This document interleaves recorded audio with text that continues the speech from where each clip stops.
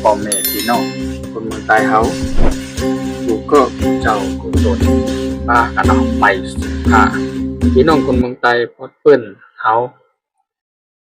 ผู้ที่สนใจภาวาสนาติดตามข่าวสารวันเมืองหนาวลายนอกเมืองนั่นในกันเนาะวันไม่ได้ก่อข่าวใจวันช่อง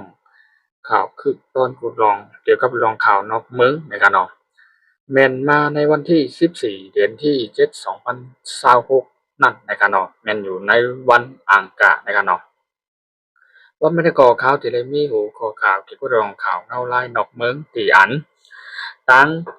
เมืองอเมริกาและอิหร่านที่ได้เป็นปางทึกกันอยู่ในยามพองมาเดี๋ยวในขณะเป็นการ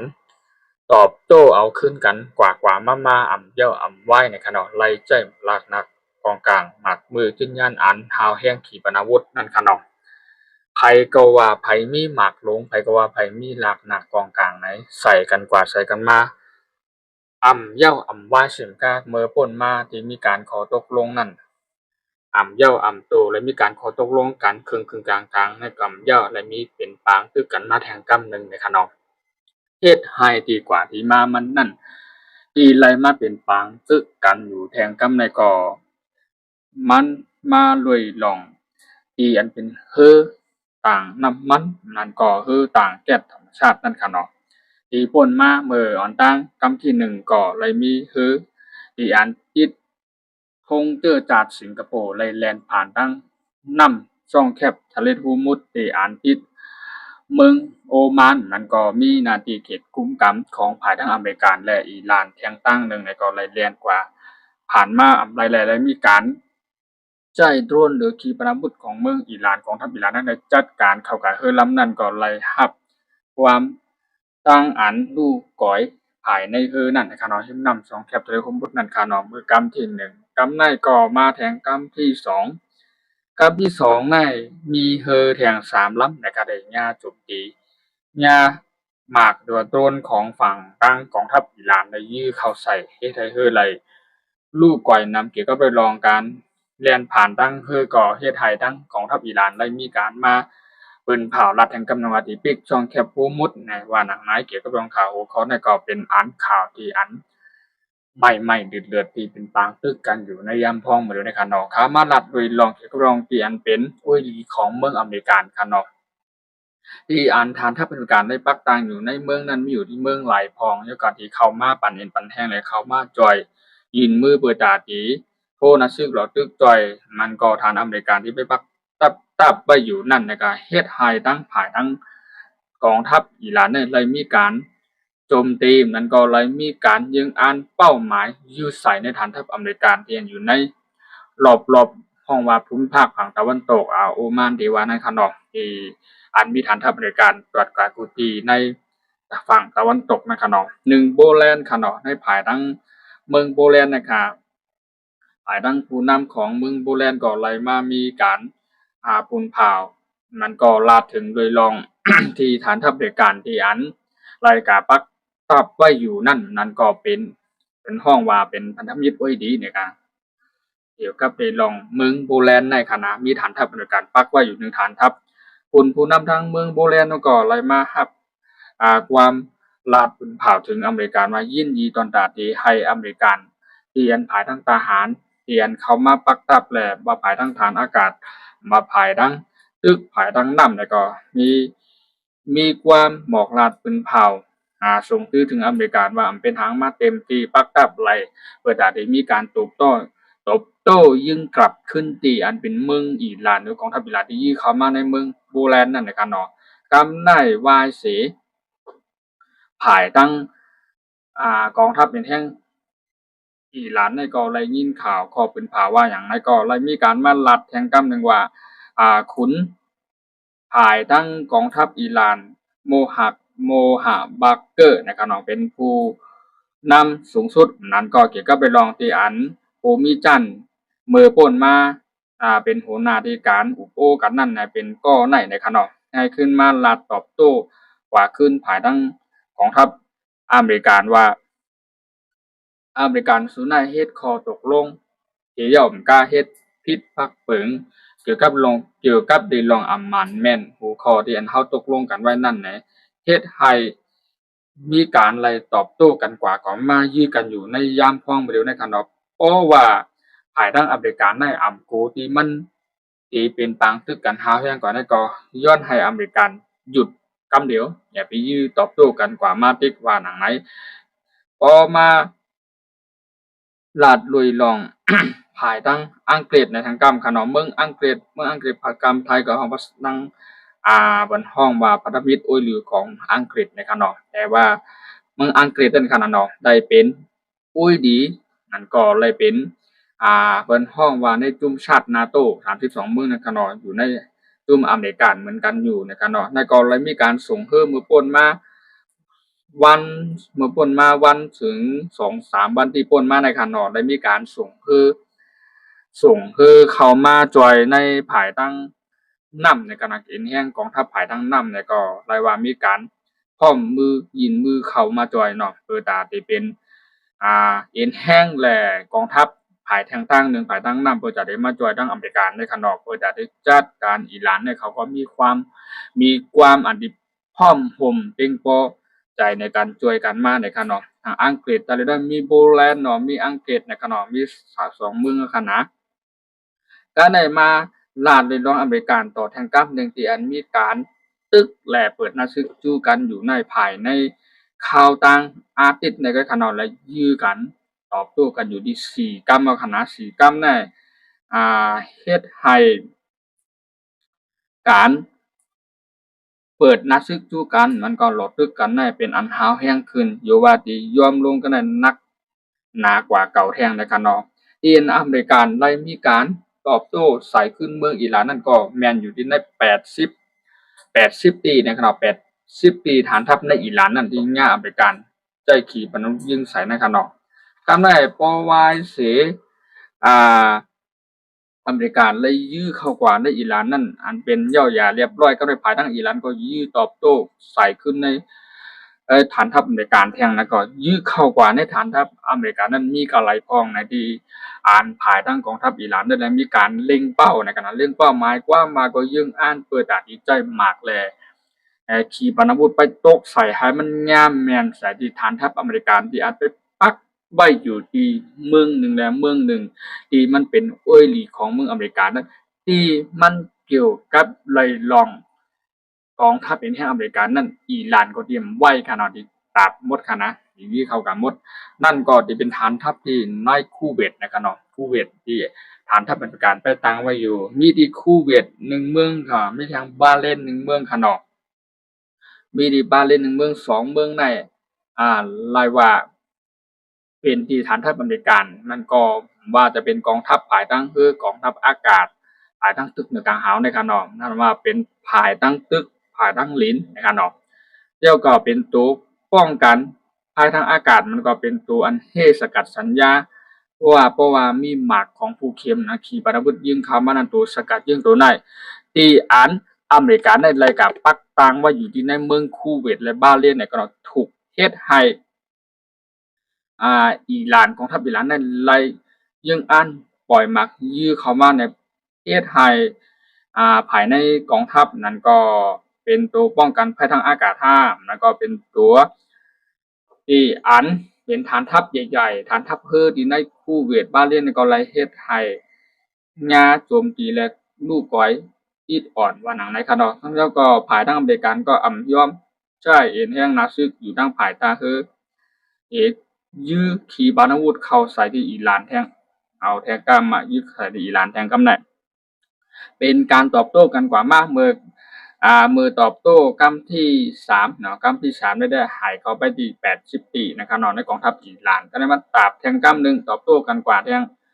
อเมริกันได้ไล่ใจฐานทัพเป็นแทงของเธอภายทั้งนำเสยื้อขีปนาวุธบนห้องวัดโทมาฮอตนะครับเป็นขีปนาวุธอันยื้อเลยถึงความเร็วเหนือเสียงยื้อเลยเป็นโฮเฮงปากโฮเฮงลักไม้ทะเลนะครับเนาะตัวนั้นเลยยื้อเลยกว่าไกยื้อที่ฐานทัพที่เมืองคูเวตนั้นก็บาเลนนั่นน่ะยื้อเข้าใส่ที่กองทัพเอ็นแห่งอิหร่านที่เป็นฐานทัพอันจอมติดผายเมน้ำช่องแคบทะเลทุบพุ่นนั้นอยู่ตั้งผายตอนใต้ของเมืองอิหร่านในกระนองไล่เฮ็ดให้ยื้อเข้ากัน ญาแทงอยู่90ปีนะครับเนาะภายทั้งอิหร่านในญาแทงเพราะว่าภายทั้งอิหร่านนั้นไรญายื้อใส่ตอบโต้กำที่3นะกำได้อิหร่านนั่นก็ย่อมกันเนาะแข็งก้าวแห้งเหมือนกันตบขึ้นได้ขึ้นจ้อยหลักนากองกลางยอดโดรนหรือว่าขีปนาวุธที่อันมีอยู่นั่นคือตอบโต้เข้ากับที่ ฐานทัพอเมริกันแทงอันอยู่ในภูมิภาคนะครับเนาะอันอยู่ในภูมิภาคยื้อเข้ากับตอบโต้เขาแทงหายเข้าไป3ฐานทัพที่ในคูเวตบาเลนกาตาร์นะฮะมาทางเมืองขนาดมาทางกาตาร์ค่ะเนาะกาตาร์เนี่ยเป็นฐานทัพที่อันอเมริกันอันฐานทัพอเมริกันได้กว่าปักตับไว้แลอันใจตัวระบบป้องกันภัยทางอากาศเนี่ยอันกับปักไว้ดีในเมืองกาตาร์แทงมีฐานทัพอเมริกันอยู่นั่นอิหร่านเนี่ยเลยมุ่งเป้าบนห้องว่ายังอันปล่อยมาหรือขี่บนห้องยื่งเข้าว่าแดงกันญากระแดงทั้งคูเวตทั้งบาเลนทั้งกาตาร์นะครับก็กว่าทั้งแนวเฮ็ดกว่าเฮ็ดมากำไรมันติดเข้ากว่าถึงปีภายทั้งที่เข้ากว่าถึงจะภายทั้งเมืองหนึ่งอันนั้นก็เมืองโจเดนแล้วก็โจเดนแล้วก็เป็นอวยดีมันก็เป็นฐานทัพอเมริกันที่กับปักตังนั่นก็ที่ยากินแทงกำไรกันออกเพราะว่าอิหร่านนั้นยื้อเข้ากว่าหลายๆปีขึ้นไปยื้อเข้ากว่าหลายๆปีการญาตีฐานทัพอเมริกันอันอยู่ในภูมิภาคอันอยู่ในฝั่งตะวันตกที่อันฐานทัพอเมริกันเลยปักตังว่าอยู่นั้นมีหลายๆเมืองอิหร่านในไรว่ามีการยิงอันตาตีโจมตีเหมือนกันตาตีโทษนักซึกหลอตึกในฐานทัพอเมริกันที่เลี้ยวก็อ่ำใจค่ะเพราะว่าในฐานทัพอเมริกันที่ยังอยู่ในรอบๆมันก็อยู่ที่จ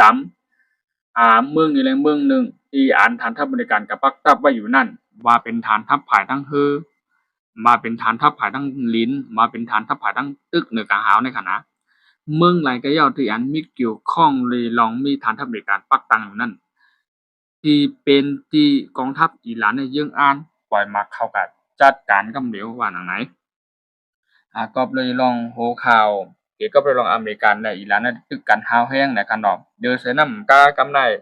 มีแทงปัดกว่าแทงเมืองหนึ่งกำไรปัดกว่าแทงเมืองหนึ่งตบเข้ากับที่เมืองโจเดนภายในวัน2วันอาทิตย์ในตัวตื่นสัญญาตัวส่งสัญญาอันแจ้งบนห้องว่าไซเลนมันก็เรดาร์ตรวจจับที่เขาว่ากำไพในขนมเฮ็ดอะไรห้องในหลังกว่าจอดกว่าตั้งเมืองจอร์แดนในขนมหมากในมันยื้อข้ามเมืองนี่แหละเมืองมันลงที่จอร์แดนลงที่จอร์แดนถึงหลานในจอร์แดนเนี่ยก็มีฐานทัพอเมริกันปักอยู่ในขณะเนาะอิหร่านเนี่ยตกเข้ามากันนั้นรายว่าอิหร่านเนี่ยก็มีเปิ้นห้องว่ากองทัพเป็นแห้งฮาวแห้งใหญ่เหมือนกันนั่นก็มีกำไทยเปิ้นห้องว่าศักยภาพในกันเนาะเปิ้นห้องว่าศักยภาพและกองทัพเป็นแห้งได้ทรงพลังเหมือนกันในกำไทยกันเนาะหมายความว่ากองทัพในแข็งแกร่งฮาวแห้งลงแหลนเหมือนกันว่าเป็นหมักมือจุนย่ำหลักนากองกลางขีปนาวุธอันยื้อมากกูเมียวนั่นไล่ว่าเป็นอันลงแหลนและอินแห้งขึงท่าเหมือนกันในกันเนาะว่าสิไล่ยื้อเข้ามาหลายๆฐานทัพกันเนาะทั้งบาเลนทั้งคูเวตทั้งกาตาร์ใส่เข้าบ้านทั้งจอร์แดนเห็มกากำได้ภายทั้งจอร์แดนในฮัมมีอันเป็นฐานทัพอเมริกันที่อันเกี่ยวกับเลยลองเฮลิคอปเตอร์ในกระหนอเป็นฐานทัพเป็นเฮอร์วินแมงมีในขนาดหนอหนึ่งฐานทัพแล้วก็มีดังเฮอร์วินไผ่เฮอร์วินแจ็คนะเฮอร์วินแจ็คได้น่าจะเป็นหมายความว่าเป็นเฮอร์วินที่อันไปเรียนกว่าด้วยในการหาวนั่นก็เรียนกว่าเจ็ดกดทัดสร้างด้วยในการหนอเฮอร์วินน่ะเรือเสนามกากำในฮัมมีเกี่ยวกับเป็นรองฐานทัพนั่นก็เป็นโครงการที่อันที่เฮ็ดหมากมือจื้นย่ำนั่นก็เป็นโครงการที่อันขายทั้งฐานทัพบริการเลยกว่าเก็บหมากกองไว้ห้าเก็บหลักนักไว้นั่นก็ญาเป็นที่เป้าหมายยังอันที่อิหร่านยื้อเข้ามาตกใส่นะครับเนาะก็ในเซแลต่างตึกเงาลายอยู่ย่ำหรือในก็ไลเฮ็ดให้กูเมืองนั่นก็เฮ็ดให้ที่เป็นฐานทัพ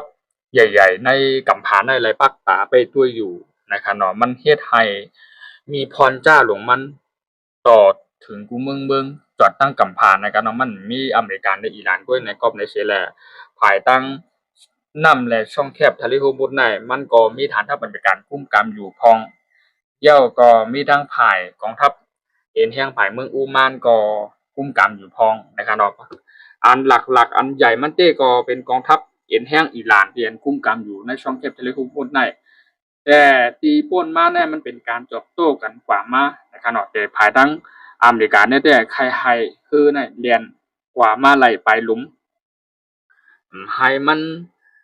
ไล่เป็นการสุกยุงและตึกกันยื้อกันกว่ามาในกันเอาให้คือในเรียนกว่าเรียนมาให้มันง่ายตอนตาพี่น้องกูเจ้าคือกูเมืองที่อัน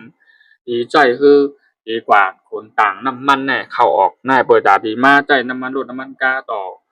ในกูเมืองนะให้มันง่ายขึ้นอย่าไปให้มีการมาแจกซี่กันมาอันนั้นเป็นเขตกุ้มกรรมเก่าได้เป็นผ่ายนั้นนำเก่าดิ่มได้ผ่านที่นั่นใครมีฉะนั้นเนาะฝ่ายไม่อเมริกาได้อะไรเฮ็ดเตียงไหนแต่ผ่านทั้งอิหร่านในก็ยอมก็บ่ได้เสียแล้วภายนึงก็ทำเป็นผู้เข้มภายนึงมันก็เป็นผู้เข้มเหมือนกันนั่นเนาะผู้เข้มกับผู้เข้มกันแม่นกันนะเนาะมันก็มีไผดีไผก็ว่าไผแก่ไผก็ว่าไผผิดนั่นแหละค่ะเนาะไรมีเป็นการตึกกันที่อันฮาวแฮงเนาะก็ได้ที่อันอิหร่านและยื้อสายแท้งในก็เป็นฐานทัพที่อันอยู่ทั้งจอร์แดนแท้งในก็จอร์แดนแท้งเฮ็ดให้ฝ่ายกองทัพเอ็นแห่งอิหร่านในเปิ้นฮ้องว่าเหนือกว่าอีกหนึ่งแท้งแลนเหนือกว่าจึงคือแนนหนึ่งอิหร่านในบ่ยากก็ดียากมากลงอเมริกาในยื้อเข้าเมืองตีเหลียวในหลายๆกองทัพยังอยู่จอมผังแดนดินเดียนไปจอมแดนดินดังเมืองอิหร่านน่ะแต่กับในอิหร่านเนี่ยมันไหลคอใหญ่กว่าจึงหือเหนือกว่าจึงหือหมายความว่าฐานทัพอันเนี้ยอเมริกันเนี่ยอยู่ในภูมิภาคเนี่ยว่าเป็นอยู่ในคูเวตว่าอยู่ในเมืองบาเลนมาอยู่ในเมืองจอร์แดนเนี่ยก็นำว่าอยู่ในกาตาร์นะจะนำมาอยู่ติดทั้งอ่าวโอมานเนี่ยจะในขณะมีอยู่ที่4-5เมืองเนี่ยอันอยู่รอบๆเนี่ยไล่เป็นภาพพรจ้าลงมันสิมกาอิหร่านเนี่ยไล่เล่งเป้ากว่ากูตีกูตั้งค่ะที่เป็นฐานทัพอเมริกันในขณะเฮ็ดให้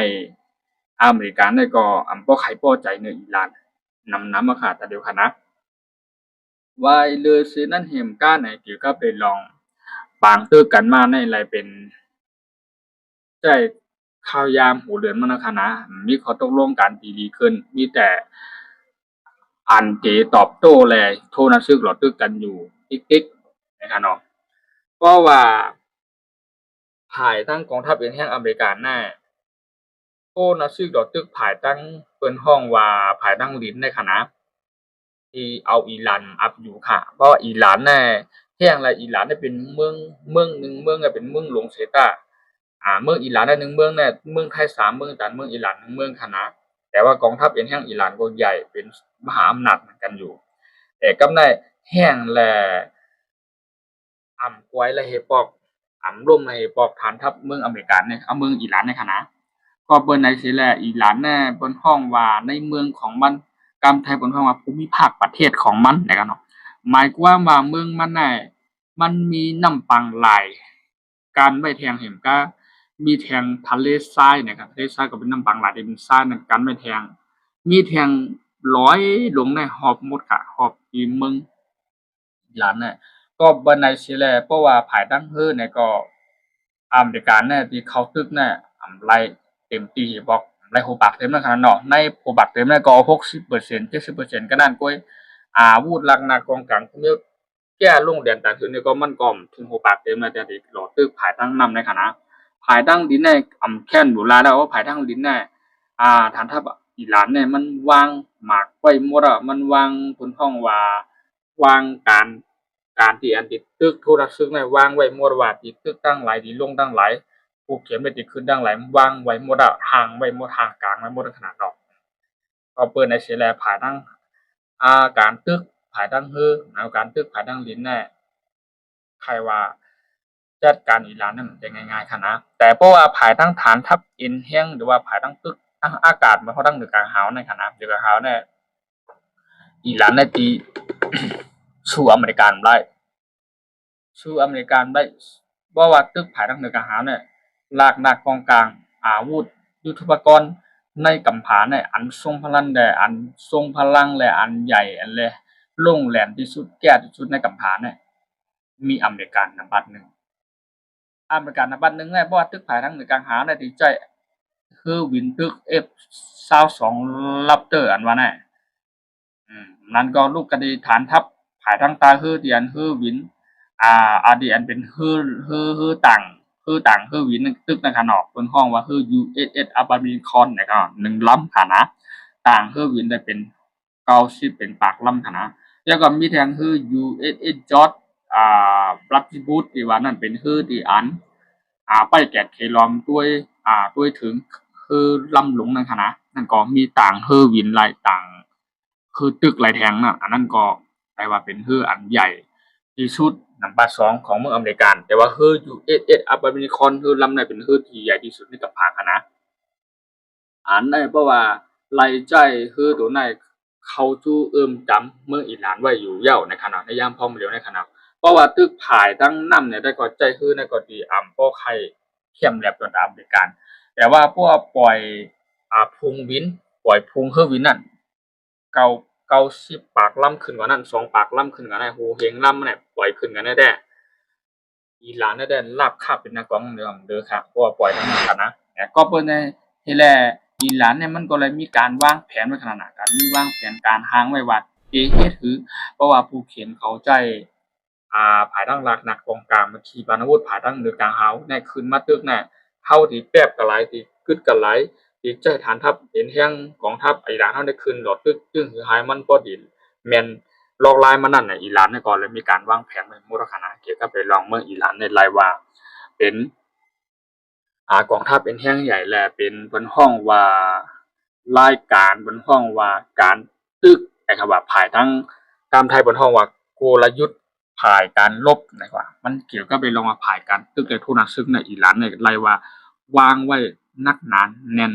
แล้วก็หางไว้เตรียมตีเตรียมตั้งแล้วนะครับเนาะก็บ่ได้ใช้แล้วปกติจัดการอิหร่านก็มันจะง่ายๆนะครับเนาะประมาณลัดโดยรองภายดีอันที่เข้ามายืนมือจุ้มนั่นก็ที่เข้ามาอุปโอ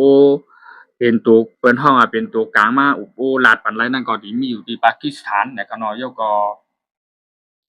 ที่มีอยู่ที่ดังภายเมืองนะครับเนาะภายดังหลายๆเมืองที่อันมาที่มาจอยรัฐมันก็พอที่เฮ็ดให้อิหร่านได้ดียอมลงยบลงอีกหนึ่งเนี่ยเป็นกองทัพเป็นแห่งเขครับเนาะ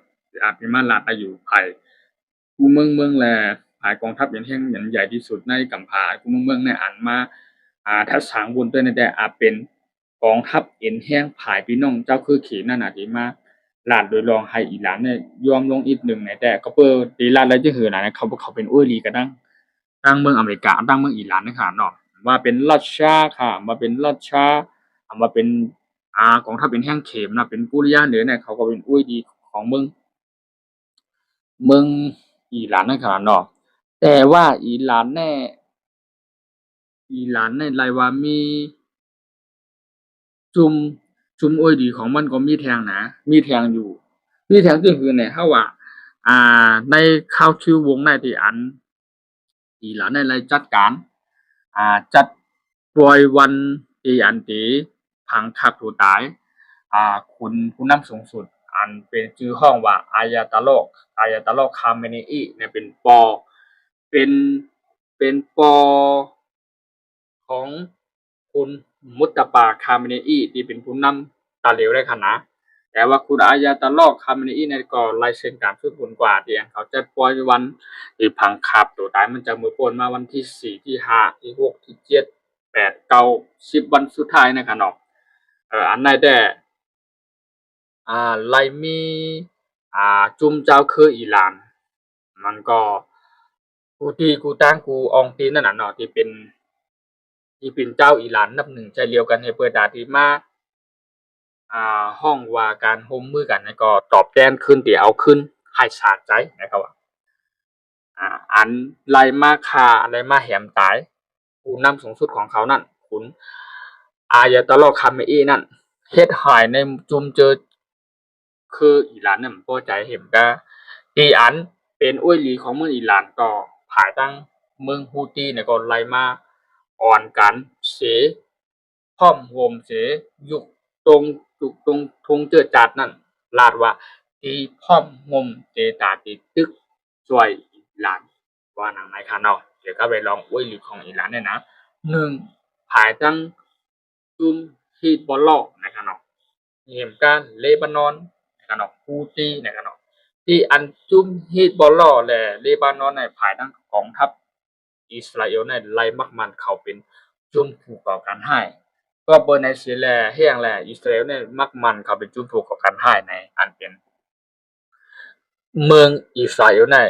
อยู่ในวงล้อมของเมืองจานกลาโโหมนั้นก็จุ่มฮิตบอลลอเลบานอนจานเนี่ยมันจับเมืองอิสราเอลแหละเฮ็ดให้อิสราเอลเนี่ยป้อใจเนื้อเขาอำนาจจานจุ่มฮิตบอลลอจานจุ่ม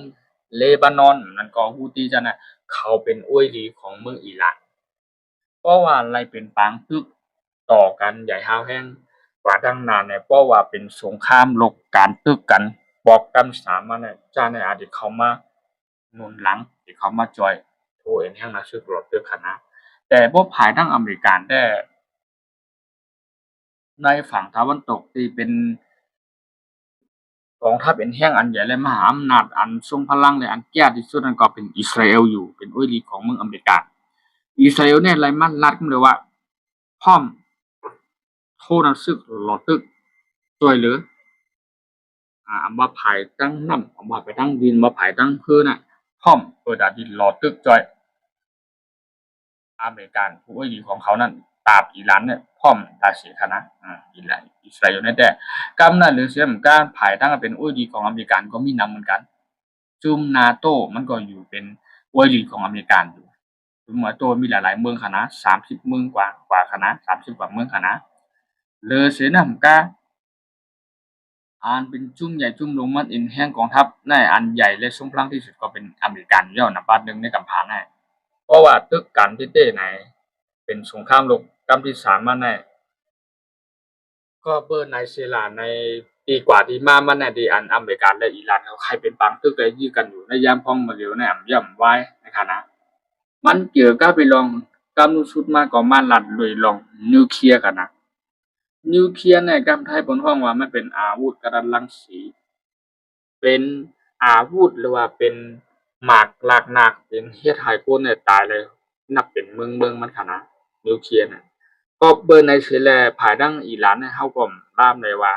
นิวเคลียร์ที่เฮ็ดหลายโหบักเต็มโหบักเต็มได้ไปฮู้แต่ภายทางอเมริกัน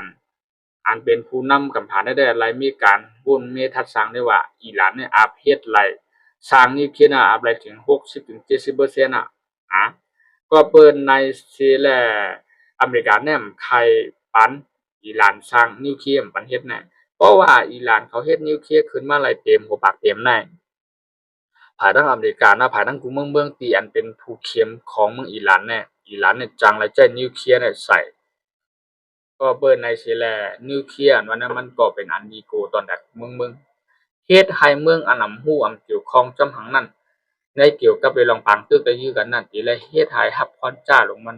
กว่าจอม เมืองอันจำน่ะโอ้ว่าญานิวเคลียร์น่ะเมืองหมากได้มาตกเกาะ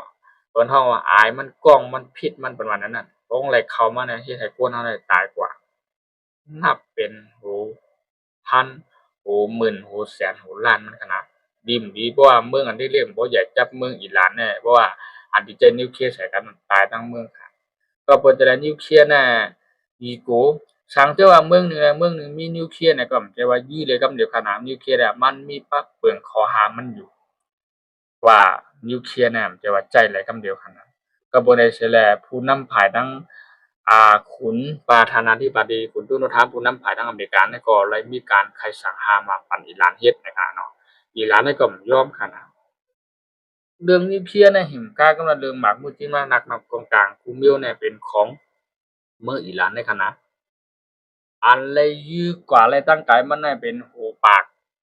ลักไม้ทะเลเลยโหอย่างลักไม้ทะเลมันได้ก็มีหลายๆลูกหลายๆเมลลากหนักของกลางขีปนาวุธตัวนั้นนะก็เปิดจึงไหนสิแล้วจึงไหนก็อเมริกันบ่ใครพันเฮ็ดแล้วเพราะว่ามันเฮ็ดนิวเคลียร์อะไรโหปากเต็มขึ้นมาแน่เมืองอ่อนเมืองอิฐน่ะอยู่ในกำมือก้อยนั้นก็ผู้เข็มมันเดียนมันยังอ่านไว้นำบัดหนึ่งก็อิสราเอลมันสิยื้อเข้ากับอันตั้งสุดใจนิวเคลียร์ยื้อขนาด นั้นก็ผู้เข็มมันน้อยมาแทงอเมริกันแทงนะอีใจที่ละเป็นปางตึกกันกว่าฮาวแฮงกว่าตั้งนานนั่นเพราะว่าอิหร่านในเฮ็ดนิวเคลียร์อะไรเตรียมโหบักเตรียมคะนา เขาเปิดในเฉลยเกี่ยวกับไปลงหัวข่าวเขาในก่อนนอกข่าวใจวันส่งข่าวกูต้นกูลองไล่เอามาโต้ไต่ปืนเผาพันป่อเมพี่น้องคนเมืองใต้เอาเขากูเจ้ากูตนกูป้าโปเตถ่อมเขาง่าคือต้นย้ำกันในข่าวก็แล้วมาทัดสร้างเขียนแต้มหมอกลาดปืนเผาปันให้เป็นภาษาความใต้ความลาดความใต้เท่านั้นหนังหรือกูเจ้ากูตนกูป้าพี่น้องอ่านเป็น FC ของเขาผู้ที่อันมีสนใจป้าวัสระถ่อมข่าวถ่อมเงาติดตามข่าวสารบันเบิ่งในโปรเจกต์ถ่อมข่าวเงาคือตอนแจ้งเรื่องของถึงกันได้นะข่าวก่อนไล่เอาหัวข้อข่าวเกี่ยวกับเรื่องรองต่างเมืองเหเงาลายนอกเมืองนั่นแหละมาต่อไต่ปืนเผาบันปอพี่น้องเขาหนังหือกูเจ้ากูตนกูป้าโปรเจกต์ติดตามข่าวสารบันเมืองคือตอนยามจันทร์นั่นนะครับก็มีดังยังอ่านแต่คาดใจตอนด่าปอพี่น้องเขา